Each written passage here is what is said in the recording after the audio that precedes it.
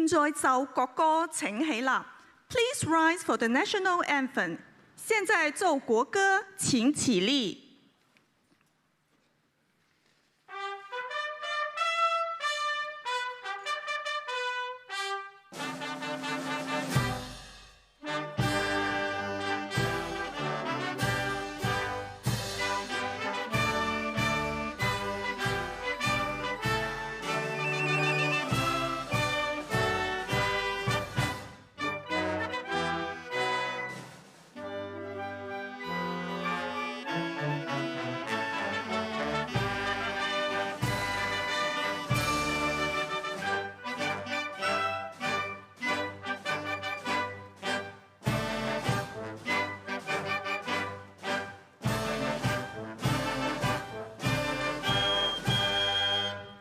請各位就座 ，Please be seated。請各位就座。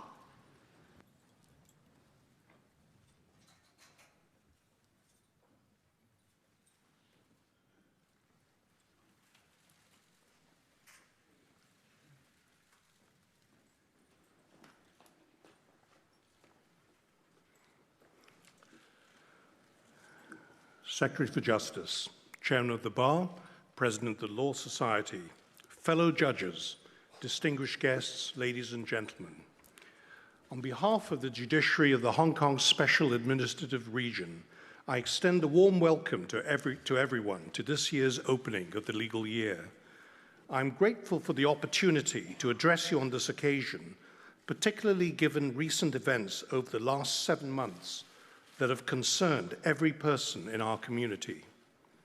Many questions have been raised regarding the judiciary, many commentaries have been given as to the work of the courts, and many views have been expressed regarding our judges.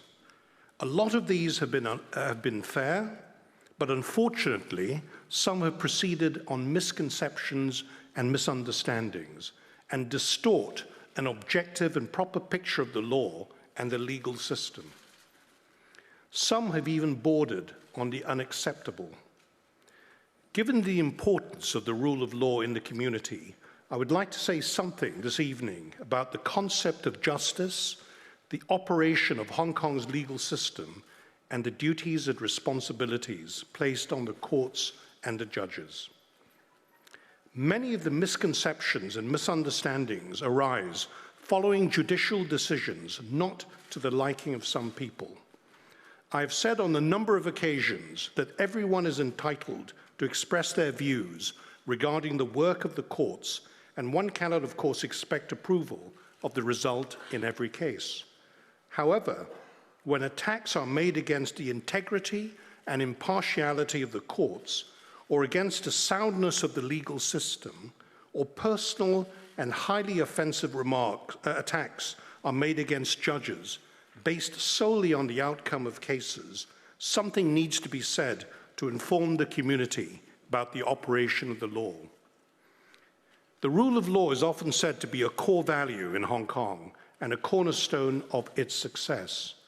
In order to embrace this concept, it is important to understand how the law operates and is expected to operate. I start with the concept of justice. This is often discussed as an intangible ideal, but I wish to discuss the practical meaning of this. The basic law provides us with clear guidance as to what the law means to every person. It provides protection by setting out rights that enable a community to thrive, to allow members of society to live with one another, to live with dignity, and to enable members of the community to provide for themselves and their loved ones. The rights set out in the basic law and in our Bill of Rights, which is given constitutional backing by the basic law, include the freedom of speech, the freedom of association, of assembly, of procession, and of demonstration. We have seen these freedoms much exercised in the past 7 months, but it is important to understand that the enjoyment of these rights has limits, so as not to affect adversely to an unacceptable level the enjoyment by other members of the community of their rights and liberties. I have previously referred to this as a respect for other people's rights. Accordingly, we see clear limits in the law to the exercise of rights. The enjoyment or insistence on one's rights does not, for example, provide any excuse to harm other people or their property, or to display acts of violence.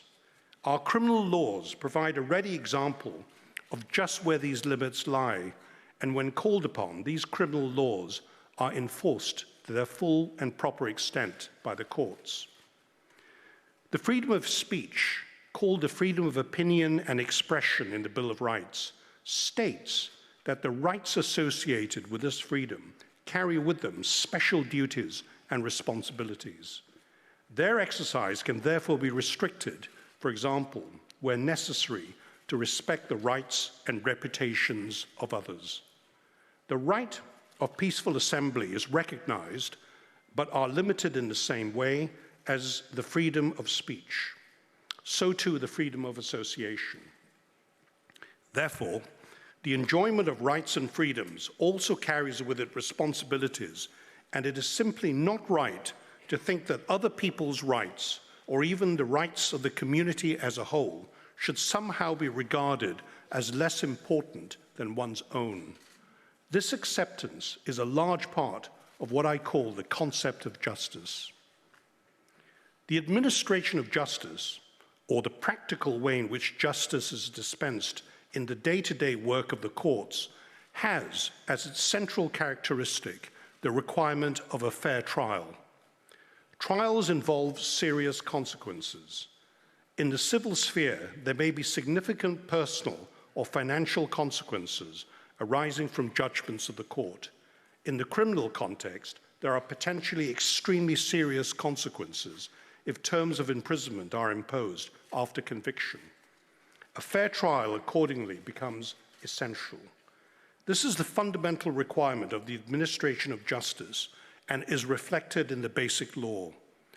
Article 87 of the Basic Law states that any person who is lawfully arrested shall have the right to a fair trial. Article 10 of the Bill of Rights reflects this by stating in terms that in the determination of any criminal charge or of rights and obligations in a suit of law, everyone shall be entitled to a fair and public hearing. There are many facets of a fair trial. I would like to draw attention to 4 such facets which have particular relevance in criminal proceedings. First, the presumption of innocence. This is protected by Article 87 of the Basic Law, which I have already referred to. This states not only that everyone is entitled to a fair trial, but that there is a presumption of innocence until conviction. This is repeated in Article 11(1) of the Bill of Rights. It is one of the fundamentals of our criminal law. Secondly, Article 12(2)(b) of the Bill of Rights states that anyone charged with a criminal offense will be entitled to have adequate time and facilities for the preparation of his or her defense. Thirdly, every person charged with a criminal offense is also entitled to be tried without delay. This is required by Article 87 of the Basic Law and repeated in Article 11(2)(c) of the Bill of Rights. This means that criminal trials ought to take place as quickly as practicable. Fourthly, every person convicted of a crime shall have the right to appeal both conviction and sentence.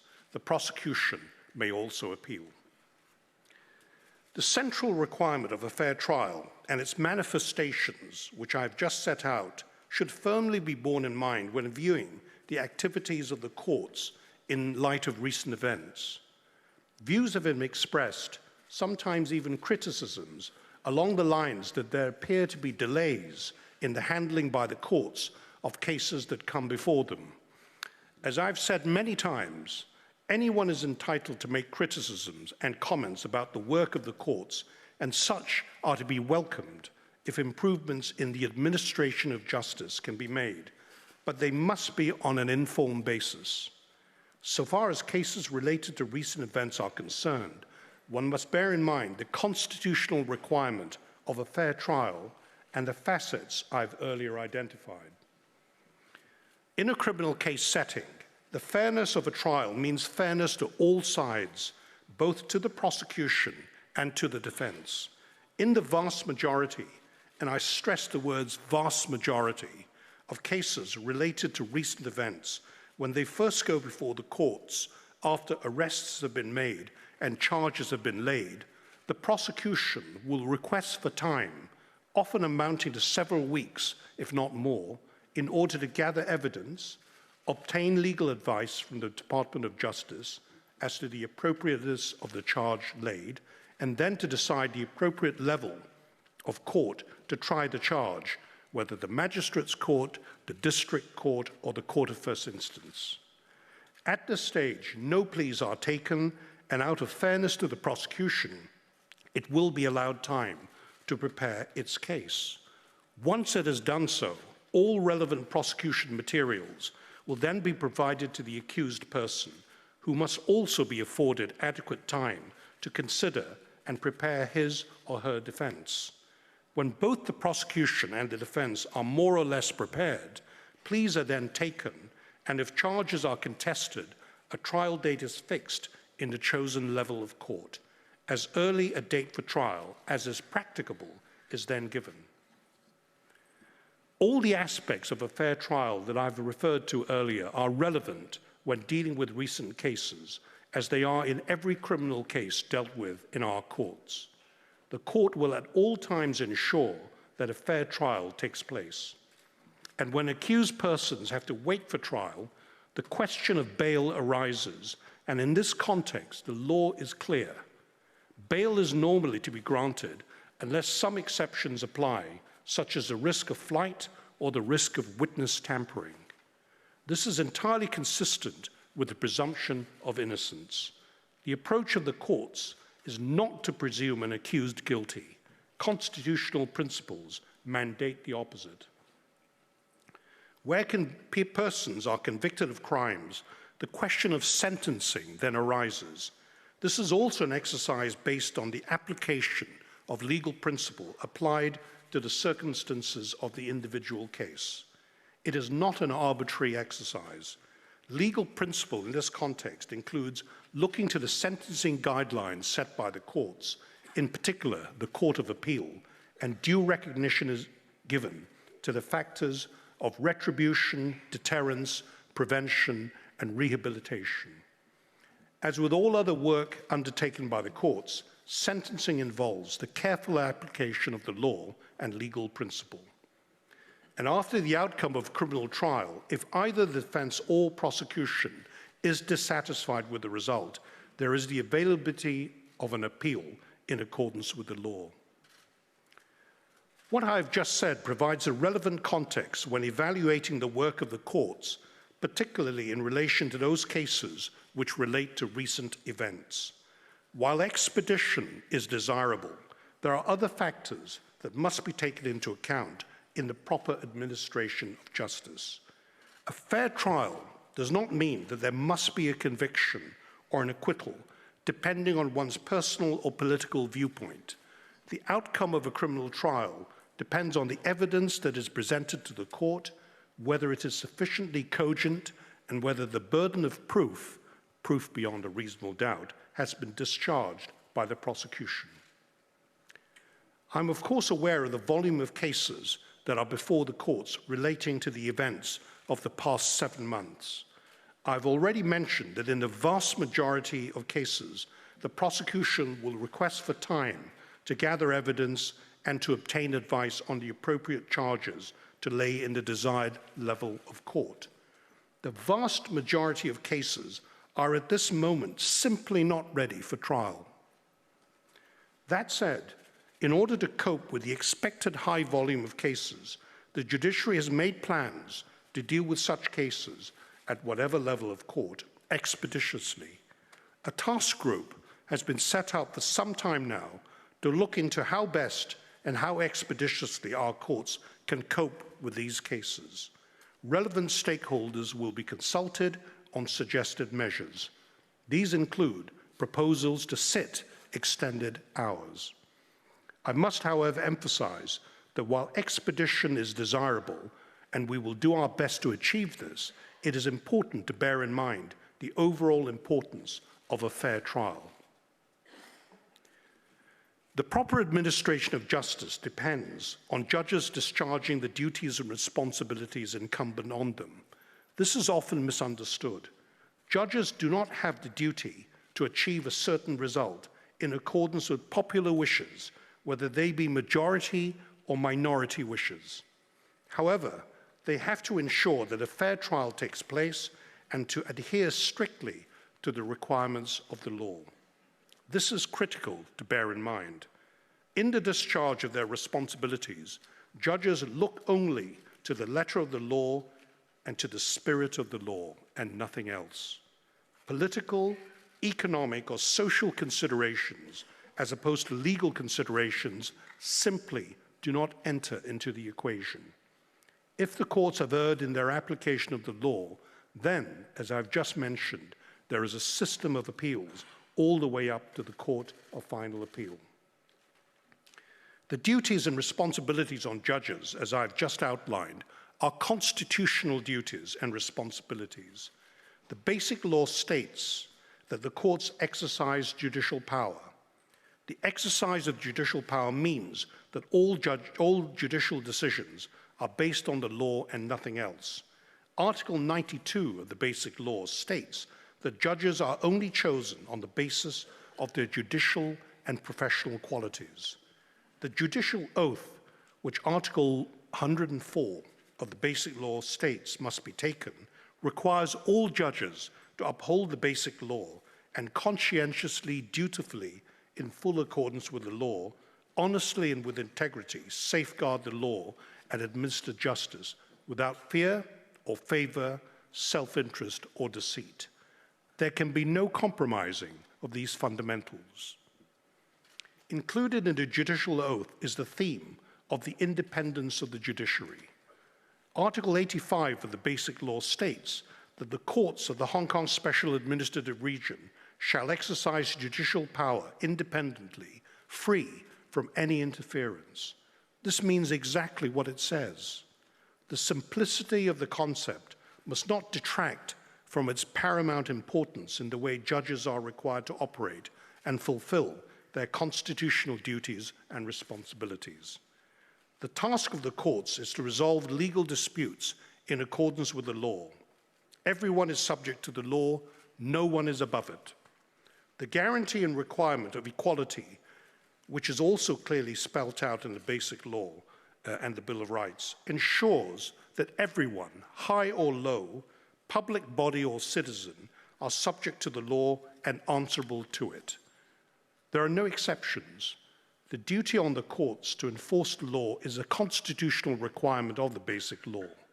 I can say with confidence that my fellow judges and I will discharge our duties without compromise and without fear.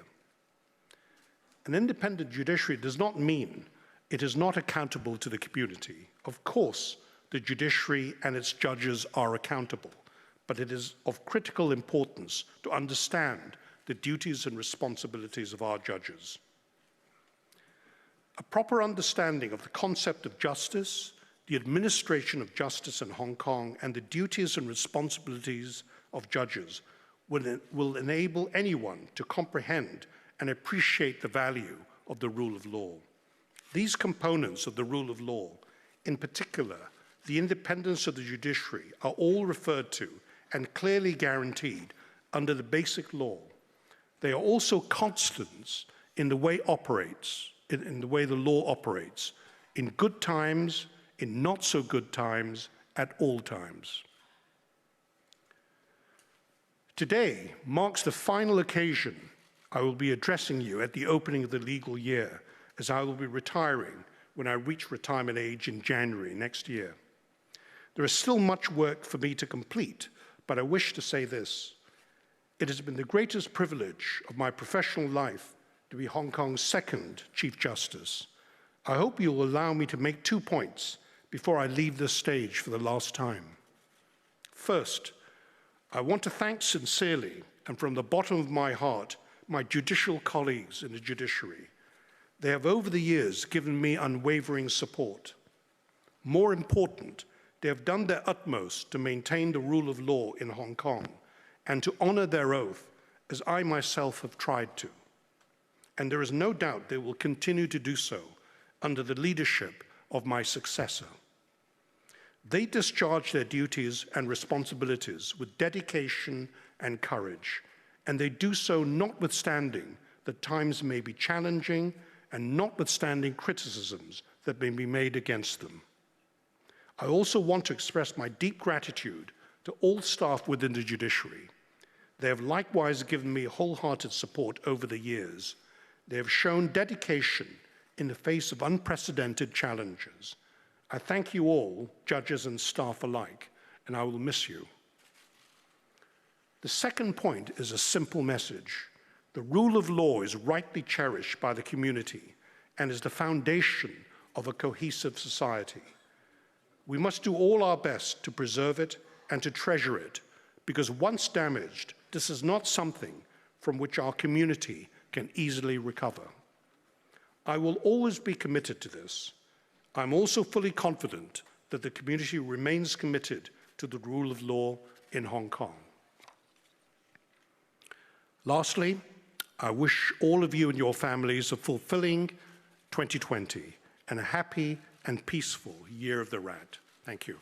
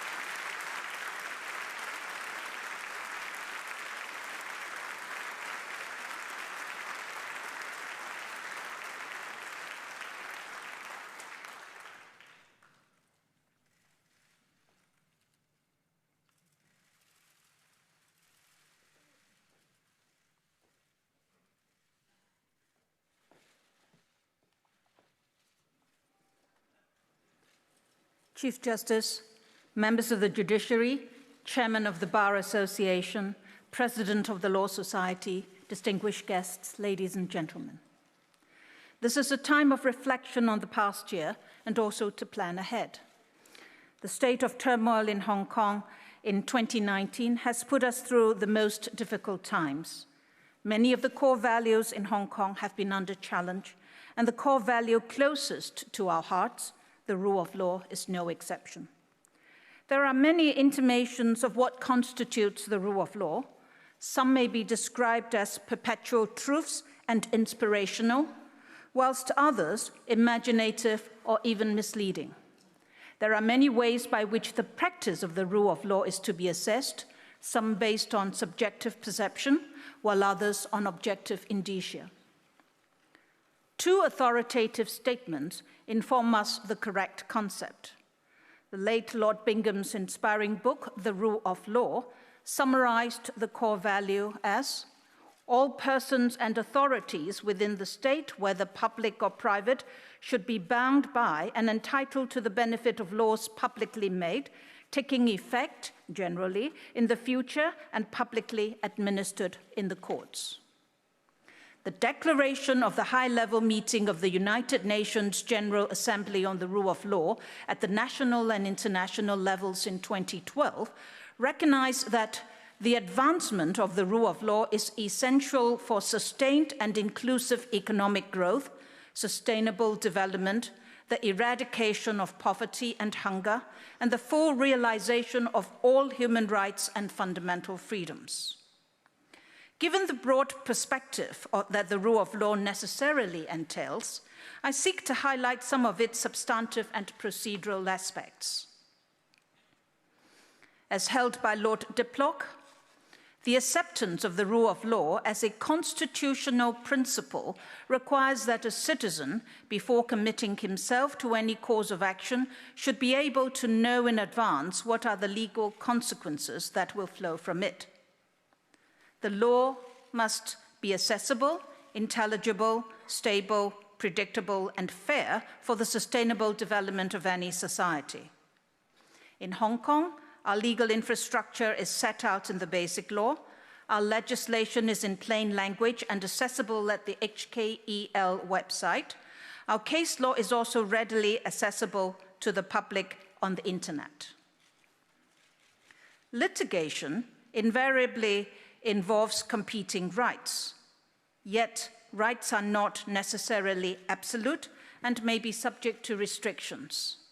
As the Court of Appeal stated in the Secretary for Justice versus the Wong Chi-fong and others case, if the individual's rights are overemphasized at the expense of observing the law, people will easily become self-serving with little regard for other people's rights and the overall interests of society, so that society is prone to fall into disarray.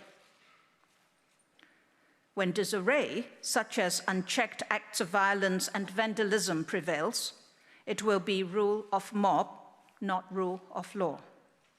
In ordering the continuation of an interim injunction to restrain doxing and harassment against police officers on internet-based platform, the High Court reminded that the promotion and maintenance of the rule of law is not sensibly and rationally pursued by repeated and escalating breaches of the law, and persons who commit such crimes are simply and properly described as criminals.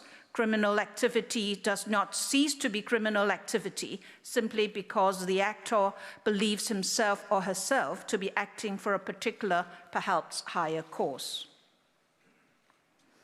In the Crown versus Caird and others, Lord Sachs also held this: any suggestion that a section of the community strongly holding one set of values is justified in bending together to disrupt the lawful activities of a section that does not hold the same views so strongly, or which holds different views, cannot be tolerated and must unhesitatingly be rejected. Fair trial and due process are essential elements of the procedural aspects of the rule of law. The judiciary plays the pivotal role. As observed by Chief Justice Ma in the International Rule of Law lecture of the Bar Council of England and Wales back in 2015, a transparent system of law in which the community can observe that the independent judiciary administers justice without fear or favor, self-interest or deceit, with reasoned judgments available as evidence that the adjudication is in accordance with the law and its spirit, indicates the existence of the rule of law. Lord Neuberger's holding on the role of the judiciary in the Brexit case completes the analysis. In the broadest sense, the role of the judiciary is to uphold and further the rule of law. More particularly, judges impartially identify and apply the law in every case brought before the courts. In 2019, the department continues to provide honest, independent, and professional legal advice on a wide spectrum of matters to the government so that it is fully appraised of the legal implications and acts strictly in accordance with the law. Apart from representing the government in public law litigation and civil claims, the department endeavors to ensure that government policies and legislative proposals comply with the Basic Law as well as other fundamental principles of our legal system. The department also takes seriously its constitutional role of controlling criminal prosecutions free from any interference under Article 63 of the Basic Law, and all prosecutorial decisions are made after taking into account the available evidence, applicable laws, and the principles set out in the prosecution code.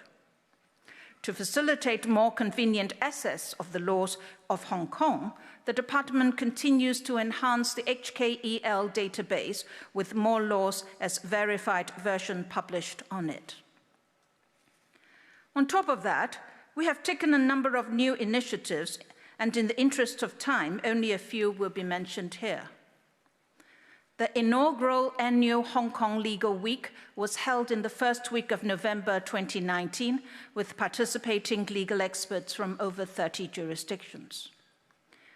This year, 2 examples showcase the unique benefits of one country, 2 systems policy to Hong Kong. First, the game-changing and groundbreaking arrangement between Hong Kong and the mainland concerning mutual assistance in court-ordered interim measures in aid of arbitration proceedings.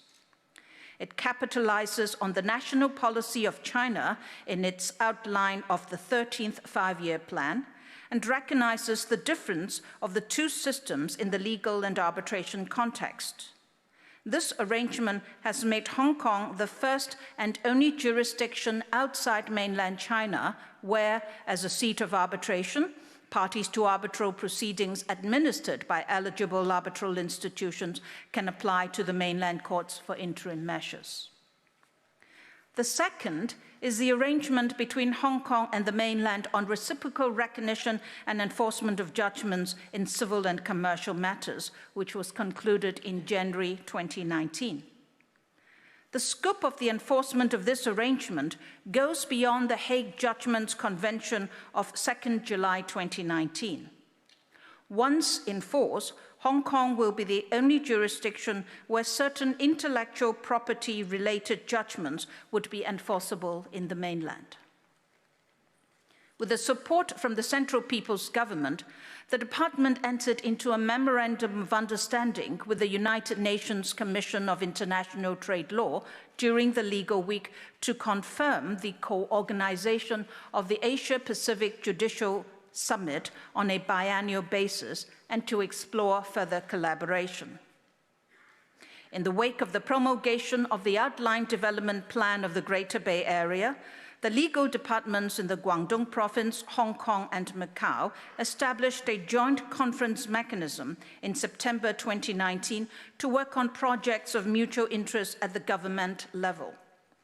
Other initiatives of the department include co-organizing with the Hague Conference on Private International Law, the inaugural Global Conference on the Hague Judgments Convention concluded last July, and exporting the Hong Kong brand Mediate First to other jurisdictions. The vast amount of professional work and the initiatives of the department would not have been possible without the dedication and hard work of my colleagues, for which I am most grateful.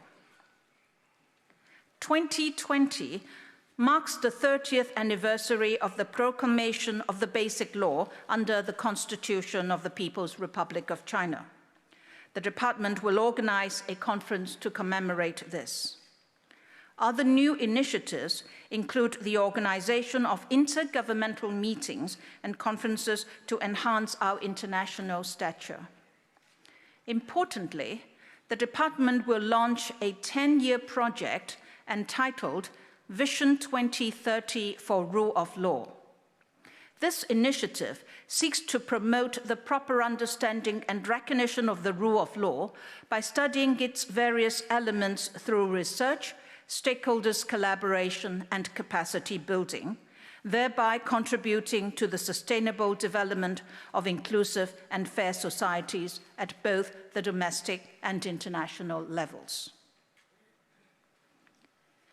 Given this will be the last time for Chief Justice Ma to host the opening of the legal year before his Lordship's retirement in January next year, I would like to, on behalf of the department, convey our sincere appreciation for his Lordship's contribution to the rule of law and his efforts in retaining and attracting talent of the highest professional quality for our judiciary to administer justice. Last but not the least, a happy and peaceful new year to you and your families. Thank you very much.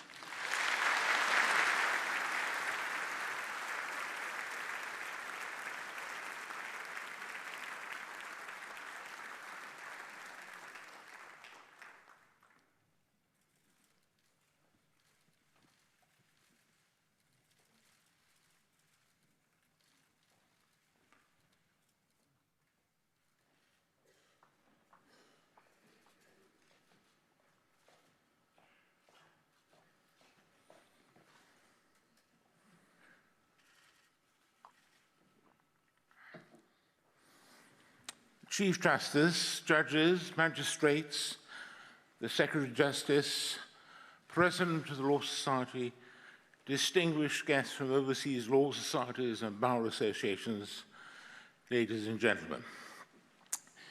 You do not need me to tell you what an extraordinary year has just ended. A fair number of you would have participated in one or more of the mass demonstrations to show discontent with the Hong Kong government. Even more of you would have seen these protests on television screens or on social media. All of you will, I hope, have despaired when you saw serious violence breaking out. We saw some people attacking and injuring others, whilst others committed acts of criminal damage. Such activities cannot come within the exercise of the right of peaceful protest. There will be a reckoning later this year for some of the people. The police arrested several thousand people coming from all walks of life.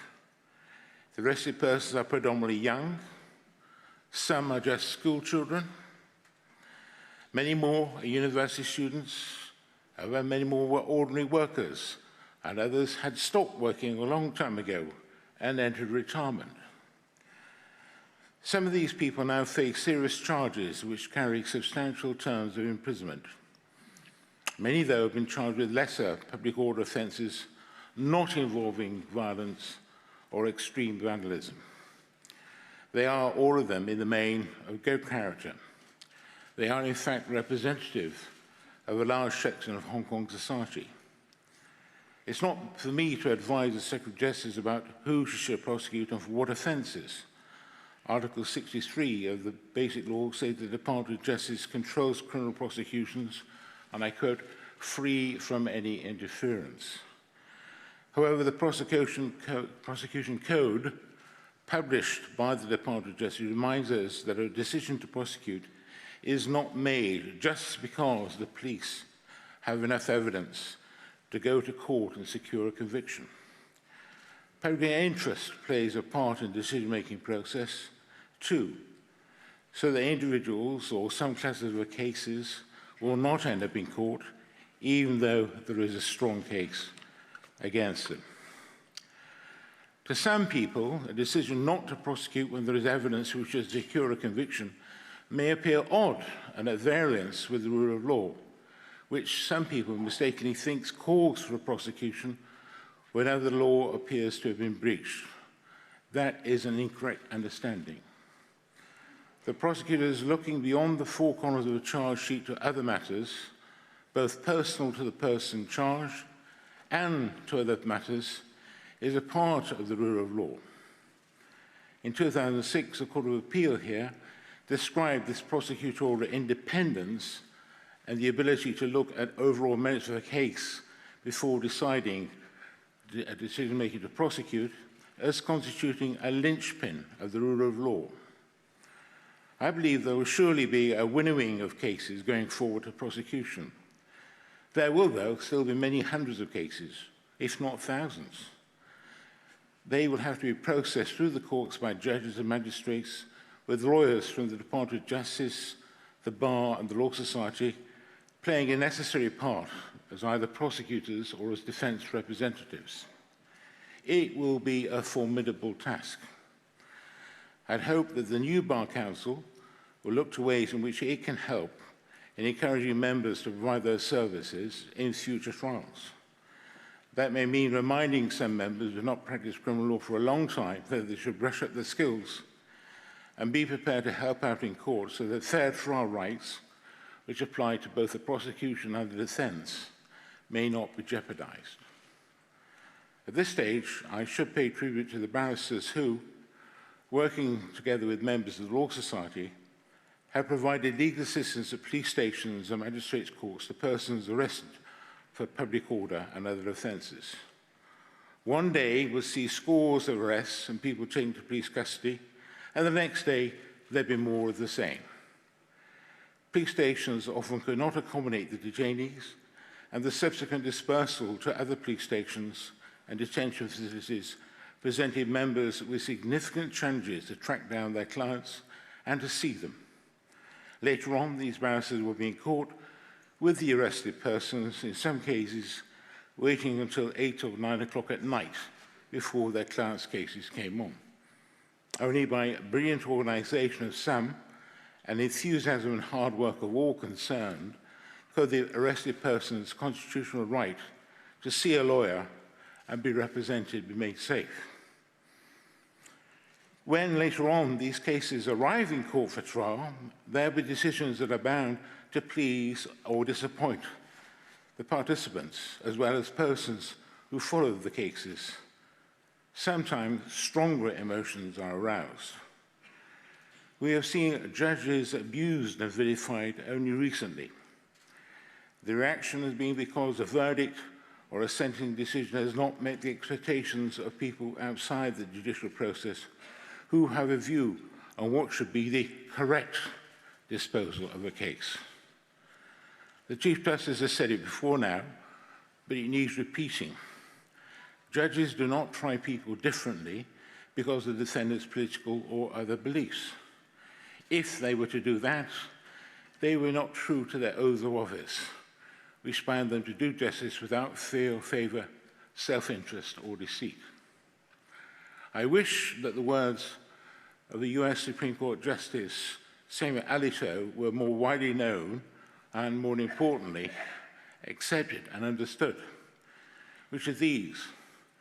A judge can't have any preferred outcome in any particular case. The judge's only obligation, and it's a solemn obligation, is to the rule of law. Similarly, barristers are not allowed to let personal prejudices get in the way of providing representation to persons seeking to use their services. We have a rule in our Code of Conduct that's called the cab rank rule. It requires barristers to act in any case in the area of law in which they practice in return for the usual fee. They must act irrespective of what they make of the client's character or his or her beliefs. The cab rank rule is a rule that, like most regulations, is dull to read. But an English barrister from the 18th century, Thomas Erskine, stated the essence of the rule in a scintillating speech when he defended Thomas Paine in 1792. And I pause here because I know the Dean of the Faculty of Advocates in Edinburgh is in my audience. And of course, Erskine was a Scot, and all Scots advocates are the best at the English bar. Thomas Paine was a radical. He wrote a book which suggested that it was lawful for people to overthrow a government which failed to protect their natural legal rights, such as freedom of thought, assembly, and speech. The Attorney General charged him with sedition, that's to say, with exciting disaffection and hostility against the government of the day. Other barristers attempted to persuade Erskine not to take up the case because Paine was absolute poison to the government. Defending him would blight his chances to do government work because he would forever be associated with Paine and his politics. Erskine later told the jury about the pressure he came under from his fellow lawyers not to defend Paine.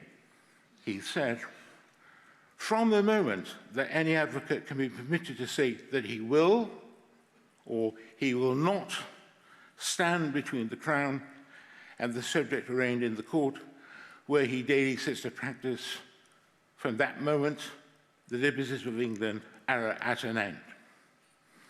Erskine lost the case, not surprisingly, but his stubborn and principled defense of Thomas Paine so enhanced his reputation as a barrister who championed independence of the profession that 14 years later he became the Lord Chancellor.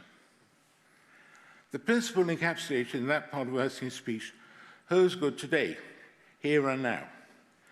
Barristers will continue to defend unpopular clients and causes, not because they necessarily want to do so, but because it's their professional duty. I should not like to see the bar have to comment again on other incidents like the one which occurred last September, when a crowd hounded a prosecutor in the High Court building for doing his job in opposing a bail application made by a young person arrested during the protest. In 1990, the 8th United Nations Congress on the Prevention of Crime and the Treatment of Offenders adopted a document called Basic Principles on the Role of Lawyers. Paragraph 18 states that lawyers shall not be identified with their class or their class causes as a result of discharging their functions. This principle, in this day and age, needs to be understood and accepted too. These are some of my misgivings for the years to come. I hope that they do not come to pass. If they do, I believe I can assure the Chief Justice that the Bar will, as ever, assist in helping the judiciary to discharge its solemn responsibilities under the basic law. It remains for me to wish you all better fortune in the year and a happy year of the right. Thank you.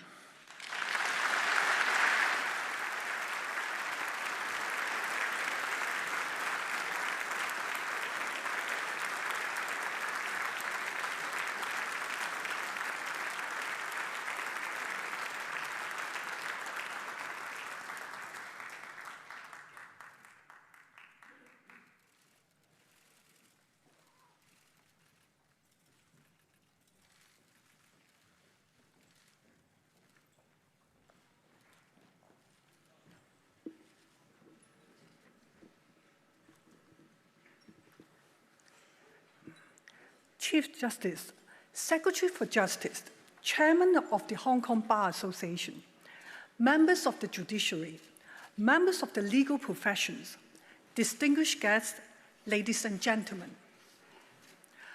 On behalf of the Law Society of Hong Kong and its members, I extend a warm welcome to all our guests who attend this opening of the legal year ceremony. Some of our guests may have attended this ceremony routinely for decades.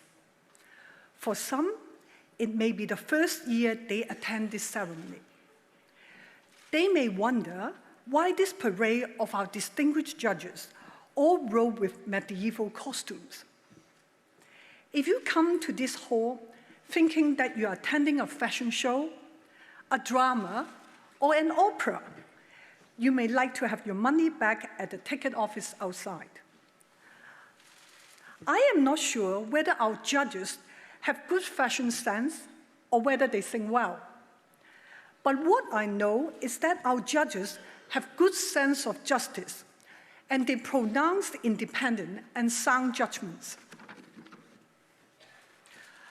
I have been reflecting on the purposes of the opening of the legal year ceremony, and I come to realize that this ceremony serves a very important purpose of sending a strong message to our community that our judiciary is fiercely and totally independent and its integrity is beyond doubt. Our judges do discharge their duties in full accordance with the law, honestly and with integrity, safeguard the law and administer justice without fear or favor, self-interest or deceit. For that, they deserve our greatest respect. Judicial independence is one of the fundamental core values in our civil society. It is also one of the fundamental attributes of a society which is governed by the rule of law. I can proudly say to the public, our community at large, and our international community, that our judiciary is totally independent. Our citizens must appreciate that our judges decide cases according to the law, not according to any, I emphasize the word any, extrinsic factors, or any color codes, also known as political views nowadays. Baroness Hale recently warned against the UK from adopting a US-style Supreme Court. I cannot agree more. This is the time to tell the public that politically, our judiciary is colorblind. Nonetheless, our judiciary deserves our citizens' protection when under unfair attacks. Of course, members of our profession have a non-delegable duty to defend our judges when they are unfairly attacked. But what is more important is that our citizens must appreciate that it's equally their duties to defend our judiciary. Some may not like the outcome of the decision of judges. We have appellate bodies. Rational and healthy criticisms are welcome. But any unfair and unfounded attacks purely according to the outcomes and political views cannot be tolerated. On 4th July 2018, the Law Society and the Bar Association jointly issued a statement, and I quote, "The Law Society of Hong Kong and the Hong Kong Bar Association urge members of the public to express their views in a manner conducive to rational debate. Personal attacks on judges have no place in rational discourse and debate. That is a hallmark of a civil society." More recently, on 2nd of January 2020, the Law Society of Hong Kong and the Hong Kong Bar Association had to issue yet another public statement, and I quote, "Any attempt to insult, threaten, or bring public pressure on a judge because of decisions made in the course of performing judicial duties is to be deplored as an affront to the rule of law and judicial integrity." In Hong Kong, we are fortunate to have a sound legal system and an independent judiciary for our practitioners to deliver their professional services. It is our duty to defend our value system and its reputation. Distinguished speakers have spoken time and again on the importance of the rule of law. I should not repeat the same, say that I would like to point out an obvious fallacy that one can uphold the rule of law without obedience of the law. It might seem trite that obedience of the law is non-negotiable and uncompromisable. Arson and injuries to persons can hardly be justified on whatever political basis.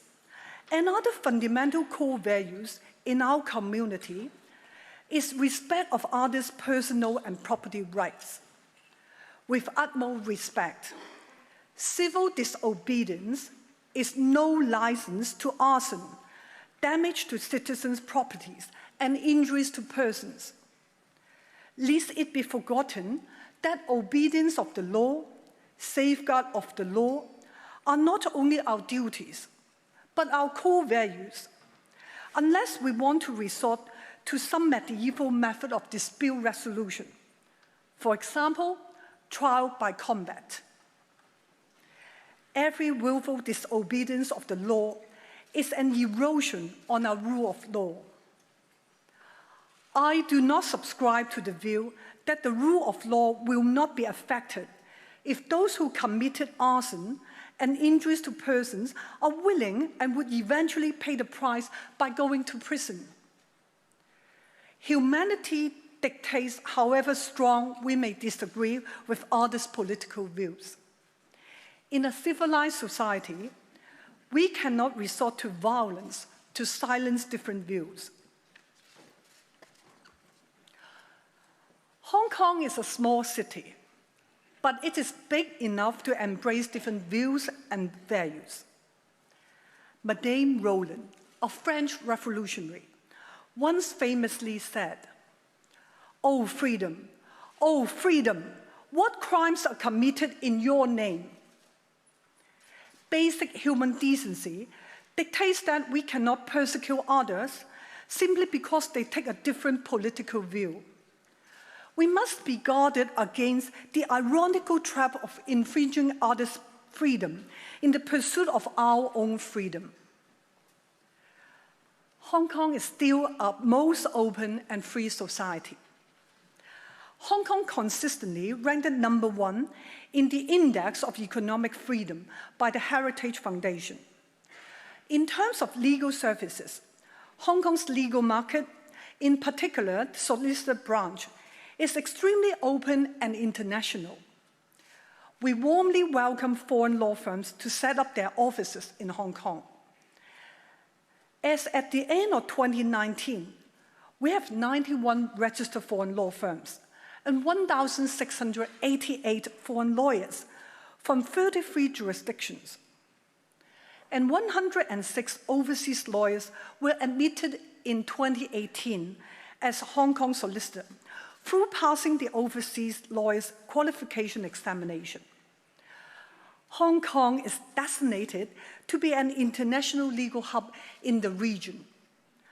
I am confident that with the quality and integrity of our professional members, the judiciary, and the legal community, Hong Kong will meet its challenges and continue to contribute to humanity by it being a passionate and yet rational society.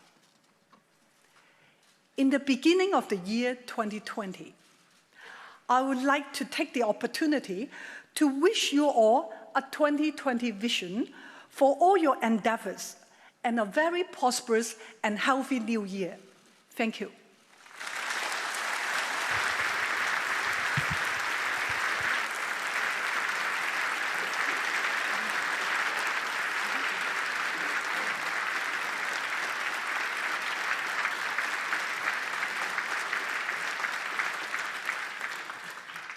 《主禮人士即將離場，請各位繼續安坐至主禮人士完全離場。Please remain seated until the whole official party has exited from the hall. 主禮人士即將離場，請各位繼續安坐至主禮人士完全離場。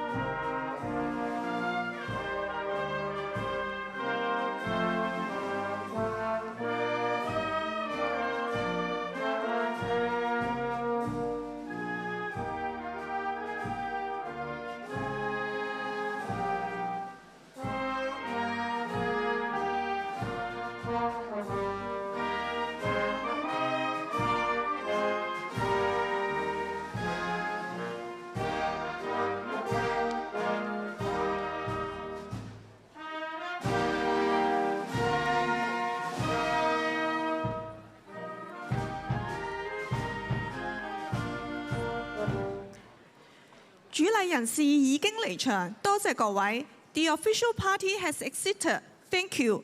主禮人士已經離場，多謝各位。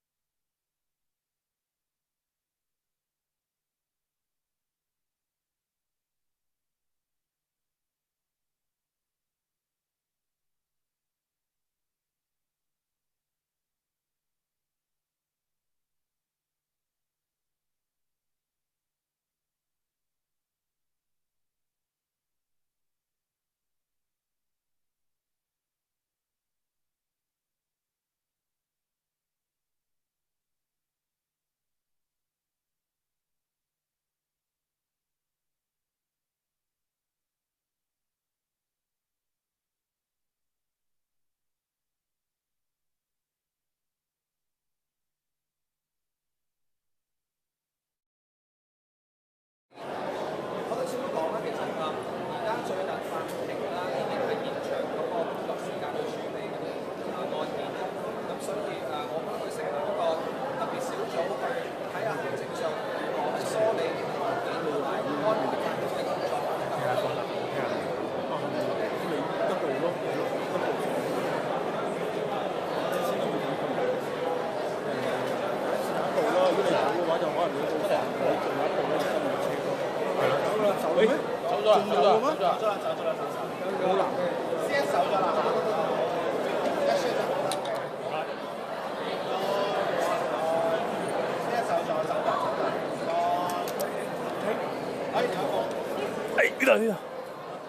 幾文喺度？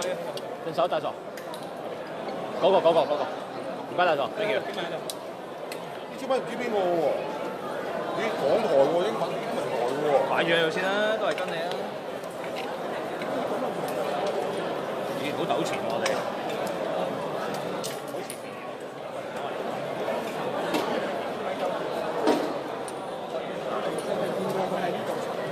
邊個啊？行咗嗰邊。行嗰邊，即係嗰邊走咗啦。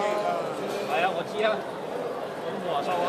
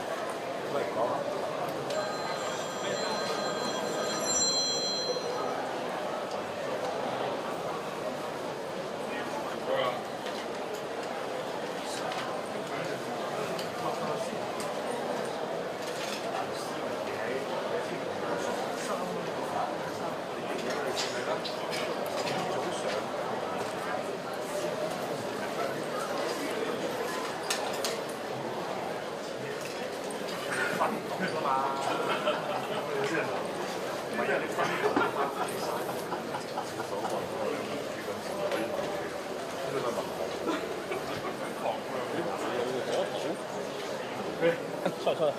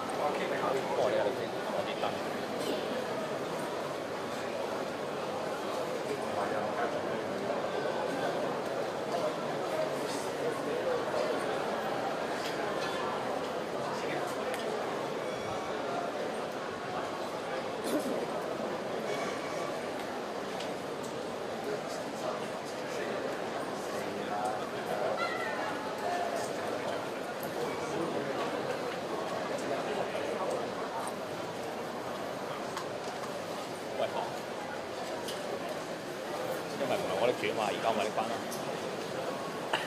而家咪剩好多咧，而家冇腳架㗎，因為佢收咗米兜㗎啦，我哋行住做可能聽㗎，咁同埋其實個律師出嚟，唔係嗰啲人出晒嚟嘅，但係咧佢唔知幾時喺度面，或者係唔會出現喺你面前，所以係啊。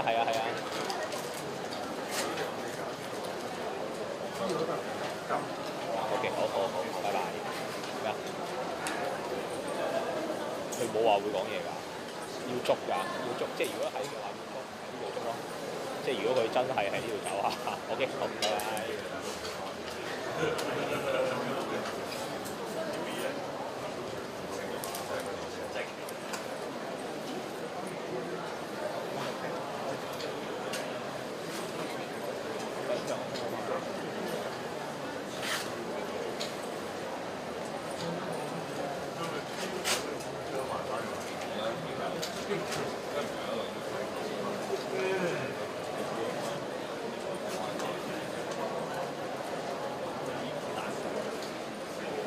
趁依家冇嘢，我幾分鐘。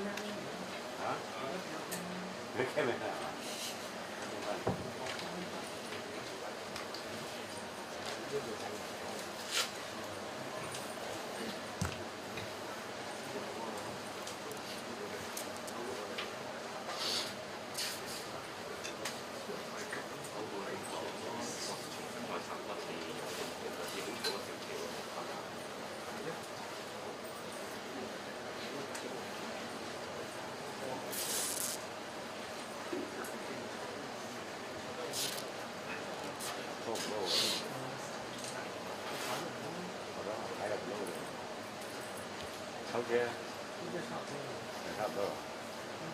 差唔多。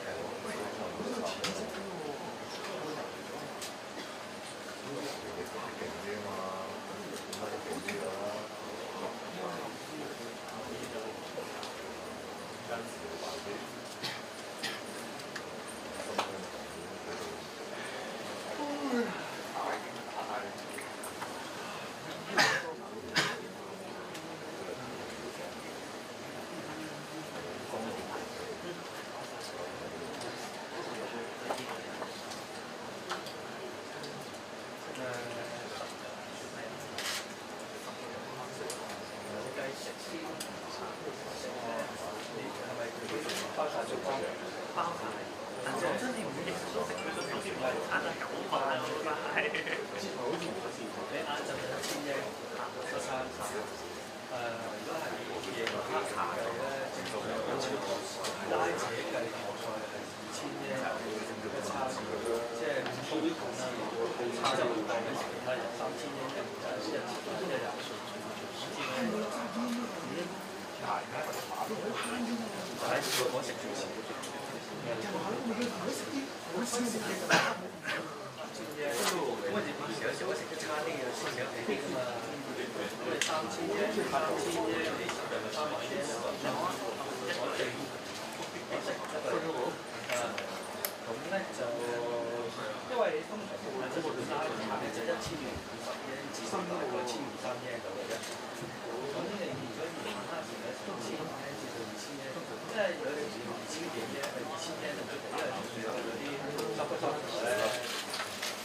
翻嚟啦！大家好。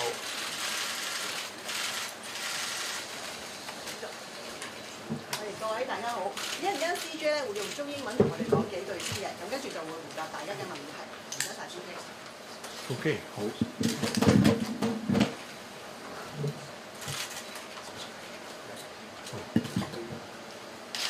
首先歡迎各位啊！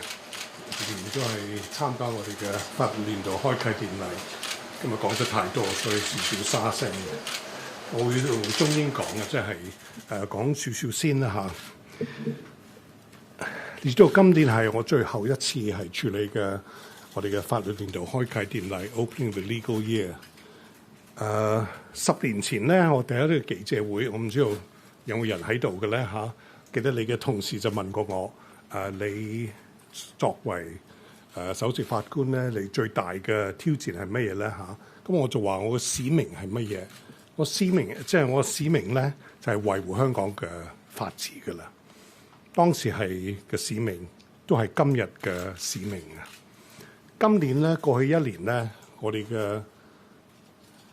啲法官咧處理咗好多啲比較爭議性嘅案件，比較高調嘅案件，好多市民咧就好關注嘅效果。